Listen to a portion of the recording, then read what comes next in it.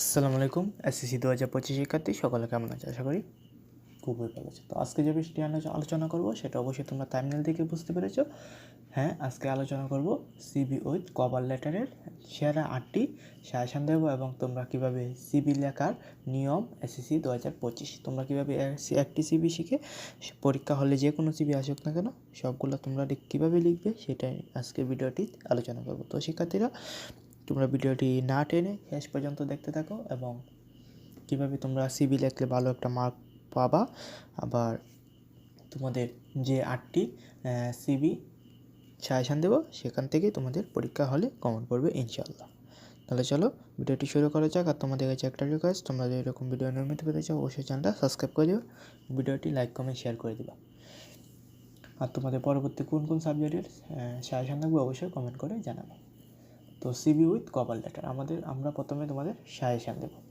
তো number 1 post for English teacher, number 2 assistant teacher, number 3 computer operator, number 4 post for a marketing officer, number 5 post on account officer, number 6 public relation officer junior senior officer, তারপর representative post এবং ইট officer post. তো আশা করি তোমরা suggestion বুঝতে পেরেছো। এখন তোমাদের CV লেখার নিয়ম শিখিয়ে দেবো, যেহেতু তোমাদের অল্প কিছুদিন পরে পরীক্ষা। তো তোমাদের জন্য কথা চিন্তা করে তোমাদের জন্য এই সিভির নিয়মটি তৈরি করা। চলো শুরু করা যাক। তো সিভি লেখার নিয়ম এসএসসি। তো প্রথমে ডেট, যে তারিখে পরীক্ষা আরম্ভ হবে ওই তারিখ দিলেই হবে। তারপর the headmaster, principal, the authority. পরীক্ষার মধ্যে তোমাদের প্রশ্ন পড়লে বুঝতে পারবা তো তোমাদের হেডমাস্টারের কাছে লিখবা না প্রিন্সিপালের কাছে লিখবা না অথরিটির কাছে লিখবা। এবং প্রশ্নে স্কুল কলেজের নাম দেওয়া থাকে তাহলে স্কুল কলেজের নাম দিবা, এবং যদি কোম্পানির নাম দেওয়া থাকে কোম্পানির নাম দিবা। তো আমি দিয়ে দিলাম XYZ high school, Dhaka. Subject application for the post on assistant English teacher অথবা মার্কেটিং অফিসার। এখানে সাবজেক্টের নাম দেওয়া আছে, যদি অন্য প্রশ্নে যে সাবজেক্টের নাম দেওয়া থাকবে এই সাবজেক্ট এখানে বসিয়ে দিলেই হবে। এখানে এই সাবজেক্ট বসিয়ে দিলেই হবে। তো sir, in response to your advertisement published in প্রথম আলো। যদি পরীক্ষায় পত্রিকার নাম দেওয়া থাকে অবশ্যই পত্রিকার নাম দিয়ে দিবা। ডেট এত date on assistant English teacher অথবা মার্কেটিং অফিসার। প্রশ্নের যে বিষয় আসবে এই বিষয়ের নাম। Is going to be posted in your famous school অথবা company. I myself submitted my educational qualification and other necessary information for your kind consideration.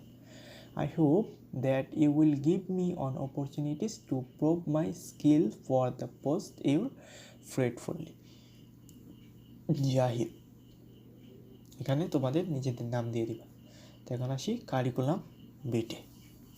Curriculum vitae number 1 name, number 2 father name, number 3 mother name, number 4 present address, number 5 permanent address, number 6 date of birth, number 7 nationality, number 8 religion, number 9 material status, number 10 blood group, এটা তোমরা চাইলে দিতে পারো না দিতে পারো।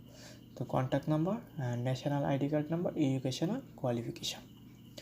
The name of exam, year, GP অথবা CGPA, board অথবা ইউনিভার্সিটি। তো SSC, HSC, BBA, MBA. Computer skill, officer management, Microsoft Office, Word, Excel, PowerPoint, Access. Experience, I have been working as an English teacher in XYZ High School. I have been working as a marketing officer in XYZ company. Reference, Miraj Hussain, senior teacher in XYZ school. Noyan Hussain, senior marketing officer in XYZ company. Zahid, তোমাদের নাম শেষে দিয়ে দিবা এবং date and signature, এখানে date এবং signature দিয়ে দিবা। আশা করি এটা তোমরা না দিলেও চলবে, জাস্ট তোমরা এইগুলো লিখতে পারো, ইনশাল্লাহ তোমরা ভালো একটা রেজাল্ট করতে পারবে। সেক্ষেত্রে তোমরা বুঝতে পেরেছো কীভাবে সিভি লেখার সঠিক নিয়ম হচ্ছে এটা, এবং তোমাদের এটা হচ্ছে সিভির সাজেশন। সকলকে অনেক অনেক ধন্যবাদ। সবাই ভিডিওটি শেয়ার করো এবং চ্যানেলটা সাবস্ক্রাইব করে রাখো।